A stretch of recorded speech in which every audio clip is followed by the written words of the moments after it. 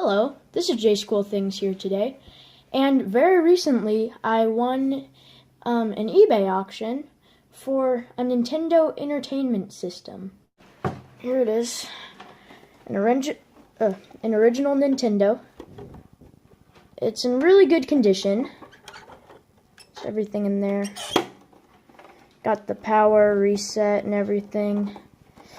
Got the bottom. We got the controller ports, the audio and video. We're using an, I don't know what the thing's called, like some converter. I accidentally bumped the camera, sorry about that. But we're using some kind of converter. I actually don't know what. But that's the console. Here is the controller, right here.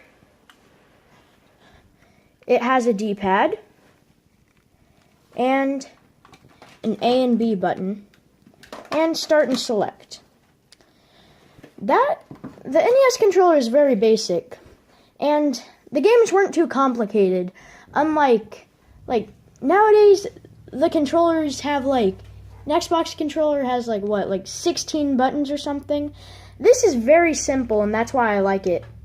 And only, 6 buttons, not including start and select, but you really don't use those that much in the game. Next thing we got in the lot is this NES Competition Pro controller. It has the A and B button, the D-pad and everything. Start, select, and it has auto fire, which is useful for some games. Next thing we have is the zipper controller. It has auto fire, start and select, and it has a joystick type thing. A and B and everything like that. We got this all in one lot on eBay. It was like $60 or $70, I forget how much. But it was a really good price. Personally, I think so.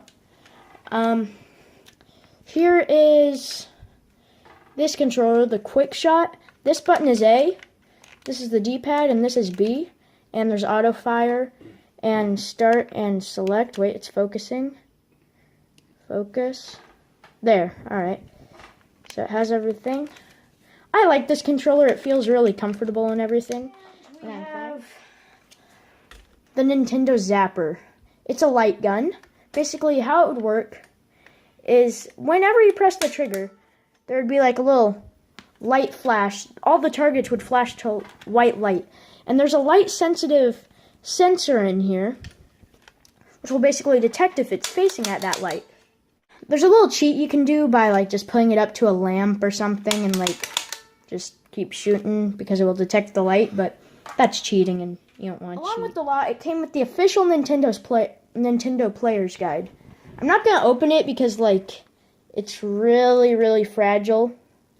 It's, from the 80s, but, has a ton of different things, about 90 different games.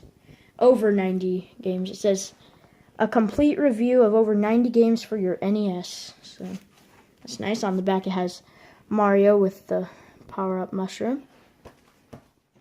The lot came with 2 games with game cases. The first game is Mario Duck Hunt.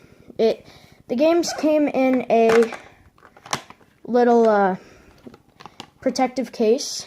Here's how big the games are. About as big as my hand.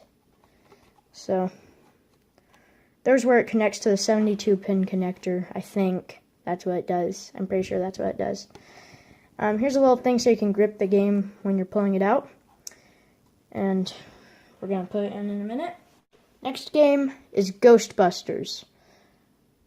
It's a mediocre game. Here it is. It's made, oh shoot, I just bumped the tripod again. It's made by Activision. Currently $2. So, yeah. Alright, now let's put a game in. I'm going to play Super Mario Duck Hunt because everyone knows what those two games are. And if you don't, go look it up. The Nintendo itself, and here's Super Mario Duck Hunt. Now put it in. In order to put it in, we lift up the little flap right there, the little door. Then we just put the game in. Press it in like that, and push it down. Close it up, and now I just gotta turn on the Nintendo, and here it is. I don't know how to record the NES, so it's just gonna have to do. I'm gonna turn up the volume. Alright. Now I am going to take a controller, the original NES controller, just to show. Alright, so here we are with Super Mario Brothers Duck Hunt. It's basically 2 games in 1. I have the controller right here. Like that. And I'm going to play Super Mario Brothers. I'll just do a quick 1-player game. I'm probably just going to go to level... I'm just probably going to, like, quickly, like, complete level 1. I just went straight at it right there. I wasn't even trying. But, yeah, that's it. It works well for a system that survived 30 years. And one thing, here, one little fact about Super Mario Brothers. If you didn't know this, right over here, after you pass the last green pipe, there's actually like a little 1-up right here. And you can get that. And, yeah. So, that is Super Mario Brothers. Now, I'm just going to press the reset button so that I can do Duck Hunt. Press the reset button. Now, for Duck Hunt, I'm going to get out the zapper. This is the Nintendo zapper. I'm going to plug it in to controller port 2. I have the controller in controller port 1 and the zapper in controller port 2. So now now I can play Duck Hunt. I gotta use the controller to select Duck Hunt though. And here's the gun. Here it is. I'm gonna be aiming right here. And here it goes.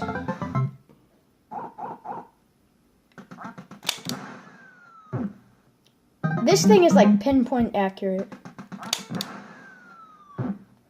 But I am doing it up close, so it might be a bit easier. How am I failing so bad?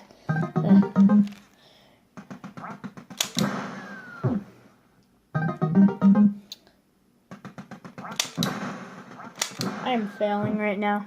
I keep looking at the camera screen, so I keep glancing at it each time. I don't know why. But that's Duck Hunt. At the end of the video, I'll probably like put like a little maybe like a little bit of the specs of the system. If I recall correctly, I think the NES only had like 2 kilobytes of memory. So that's not a lot. Alright, so that is Duck Hunt. Now I'm going to do Ghostbusters for the NES. And here's Ghostbusters. This game is so strange. Like it's not even really related to Ghostbusters that much, except for the fact that there's ghosts. And listen to the game start sound. Hang on. Oh, start button. Did you hear that? It's supposed to be saying Ghostbusters. So you like play as like this thing, the Ghostbusters logo, and you have to run into the orange happy ghosts, and they're trying to get to the Zool building. And once the PK energy goes to a high enough amount, the the Stay Puft Marshmallow Man comes out. But this is something weird. Okay, so look, I'm at the shop, right? And I try going in the shop. Oh wait, I can't. Okay, there. I try going in the shop, but then I still have to drive there. And it takes so long. Look, I have 500 meters left. So I'm just gonna cut this video out until I get to the shop. Alright, so here we are at the shop. Now, the thing is, the thing you want to buy on this, first of all, is the super trap. The capture trap, you have to refill it every time. But the super trap, it may cost a lot more, but you never have to refill it, so that's recommended. Now, capture beam, and that's the basic things you need. And I don't have any more money to buy anything else because I crashed into someone. So, yeah. I guess like when you crash into them, like you just like throw your money at them or something because like, I don't know. And also, yeah. Alright, so, and also there's a sound generator. I honestly have never got it. I don't know what it does, but it's expensive. It's like 100,000. So, yeah. Alright, so now I'm gonna go to a ghost capture scene. Alright, here we are at the ghost capture scene. So you gotta place down a ghost trap, and then catch these ghosts, or shoot this up at them and it catches them. But sometimes they just like go out of your range and you can't even catch them sometimes. But it looks like I got him this time. And then you get like 200 or something, I don't know how much, for each ghost. So I got some money there. Here's another ghost capture scene. Alright, so here we are with the specs of the Nintendo Entertainment System. Now, the Nintendo Entertainment System was a third generation console. Basically, the generations are, for example, the generation we have now of consoles. The Xbox One, the PlayStation 4, and the Wii U. That's a generation, okay? The Nintendo was from the third generation, as I said a minute ago.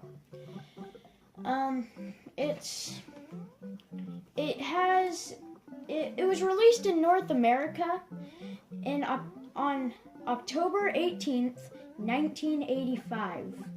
And people were literally gathering around outside of stores to get it. That's how much people wanted it. It sold around 62 million units in its lifetime. Its CPU was an 8-bit processor. That's why they call it an 8-bit system, because of the processor and everything.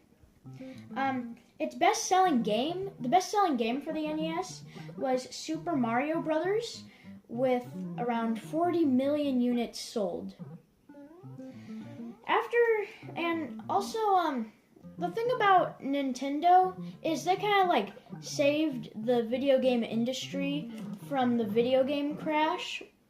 I don't know the exact date of when it happened, but it's basically like there were lots of crappy games being made on lots of systems because like they just let lots of things just pass. And Nintendo didn't want like bad games on their system. They wanted quality games. So they invented something called the Nintendo Seal of Approval. And it's basically like this little like star thingy, this gold little star thing, and it'll say like Nintendo Seal of Approval. And in order for it to become a game on the NES, it had to bypass Nintendo or not bypass, I shouldn't say, but it had to like pass through something, like maybe they tested out the game, and then it became a game for the NES. And how they made sure that no other games got passed, they would have like this little chip inside, which would basically make sure no one could make bootleg games or something. But unfortunately, some people did try to bypass it. So, yeah, using like you would have there would be two connectors on the bootleg cartridges,